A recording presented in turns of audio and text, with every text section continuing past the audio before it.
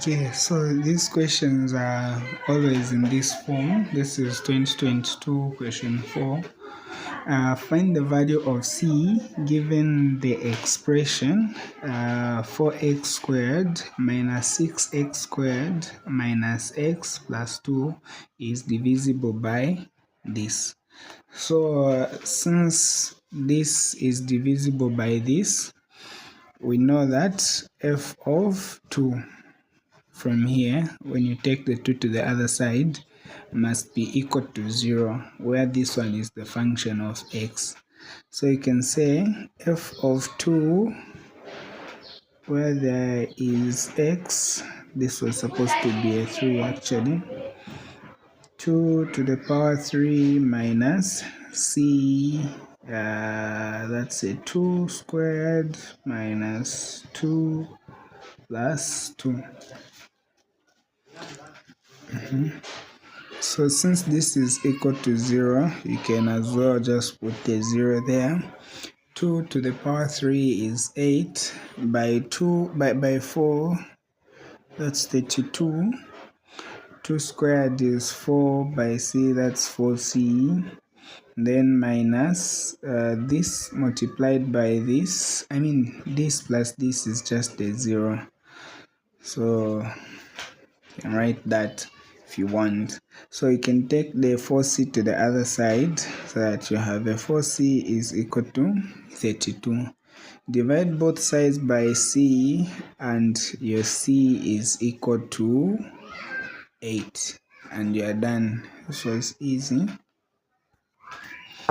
So this is our c, and then to solve the second part, which says solve the equation x cubed plus 3x squared minus 4x plus minus 12 is equal to 0.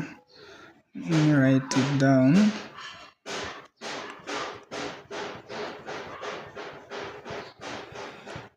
So you want to factorize this one completely, and then after you factorize it, you can then equate each of the individual roots to 0, the way we solve quadratic equations. So the possible factors here will be the factors of 12. So you have plus or minus 1, plus or minus 2, plus or minus 3, plus or minus 4, plus or minus 6, and plus or minus 12. So if we had some coefficient there, we can take we can add some more where you say this over that coefficient, this over that coefficient, this over that coefficient as the other factors. But in most cases, these ones are more than enough. So let's start with a 1, a positive 1. So for a positive 1, we are dealing with this one here. So if x is a 1, then we can just add the coefficients because nothing will change. So this plus this is 4. 4 minus 4 is 0, minus 12. So this is not a 0. So we can try negative 1. By the way, this is called trial and error. So when you have the negative, you try out the negative 1. So you have negative 1 to the power 3 plus 3 negative 1 squared minus 4 negative 1. So this one to the power negative 3 is negative 1 still. This is positive 3. That's positive 4 minus 12. This plus this is 2. Plus this, that's a 6, minus this is negative 6. So this one has equally failed. Let's try out a positive 2. So you can say 2 cubed plus 3, 2 squared minus 4, 2 minus 12. So this one is 8. 4 by this is 12, that's minus 8, then this is 12. So now this minus this is 0, this minus this is 0, or this plus this is 20, minus this is 12, minus that is 0. So this one has qualified. That means x minus 2 is equal to 0 is a factor, since we have x is equal to 2 as something that has given us a 0. So we can either use synthetic division or long division to solve for x. So I'm going to use both depending on the time the video will take. So if I was to start with long division, which is my favorite, the polynomial is x cubed plus 3x squared minus 4x and then minus 12, and this is being divided by x is equal to 2. So remember, x is equal to 2 implies that x minus 2 is equal to 0 when you take the 2 to the other side. So you are dividing by this if you want to use the long division method. So you can say x minus 2, x to the power 3 plus 3x squared minus 4x minus 12. So now x into this is x squared. Remember, you just divide by this, and then when multiplying, you multiply by both. So this times this is x cubed, this times this is 2x squared. Then we can subtract. This minus this is 0, this minus this is 5x squared. And then again you divide x into 5x squared. This is 5x, then 5x multiplied by 5x, by x, this will be 5x squared. 5x multiplied by negative 2, we have negative 10x. So you can bring this one down just to balance things up. This minus this is 0, this minus this is 6x. Then this multiplied by this, that will be a 6. Then this times this is 6x.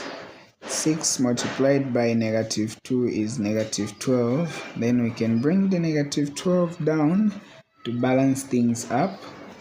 So then we can subtract. This minus this is 0, this minus this is equally 0. So this is another proof that this is indeed the factor of this. So if you're not getting a 0 there, it's either you are making a mistake in your manipulation or your factor is incorrect. So we have x minus 2 and x squared plus 5x plus 6. So we have factorized it in part. This multiplied by that, this is what I'm having here. So I can factorize this quadratic expression further. Remember, this is an equation and I'm trying to solve for x. So the product on the quadratic part is 6, then the sum is 5. So the factors here will be, let's try 3 and this times this is 6, this plus this is that. Yeah, so the factors are 3 and 2. So we can write this as x squared. You can start with any of the 2. Let me start with the 2. 2x plus 3x plus 6 is equal to 0. So now we have x minus 2. Then you can factor an x out. X there is x, x there is 2. Then you can factor a 3 from here. So 3 there, x, then 3 there, you have the 2. this is equal to 0, and then this and that. So as you can see, these two are common, so we can factor them out. Then this one into this is x, this one into that is 3, so that gives us a 0. Now remember this fact: when you are multiplying numbers and then you are getting a 0, it means any of these numbers, or maybe all of these numbers, are zeros. So if you have this one like this, it means either x minus 2 is equal to 0, or x plus 2 is equal to 0, or x plus 3 is equal to 0, or all of them are equal to 0. So you can say x is equal to 2 from here. I think we found this one in our trial and error method. Or x is equal to negative 2. So even if we had used the negative 2, the answer would, this would have worked. Or x is equal to negative 3. So these are the answers for, these are the roots for the equation, the given equation. So now let's use the synthetic method too. I'll use this part. So with the synthetic method, you write these two here. Then after you do this, please don't get the negative version of it. Use this one here. And then after you do this, you write the coefficients here: 3, negative 4, negative 12. Then after you do this, you can put this one down there. Then to get the number here, you multiply this by this, so that gives you a 2. Then to get the number which is supposed to be here, you add these two. So remember, for when you have numbers like these, you add, and then to get these numbers, you multiply this by that. So this by this, you get this. To get the next number, you multiply this by this. So 2 by this is 10, and then when you add this to this, you get a 6. 2 by this is actually this plus this.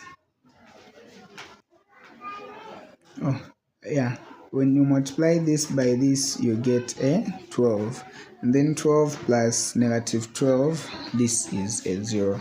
So this tells you that this one will be the coefficient of x squared, this one will be the coefficient of x, this one will be the constant part. So you can say this is x squared, the coefficient is 1, plus 5x, and then plus 6. And then this will be like so. And then you can follow the same procedure here to factorize it further.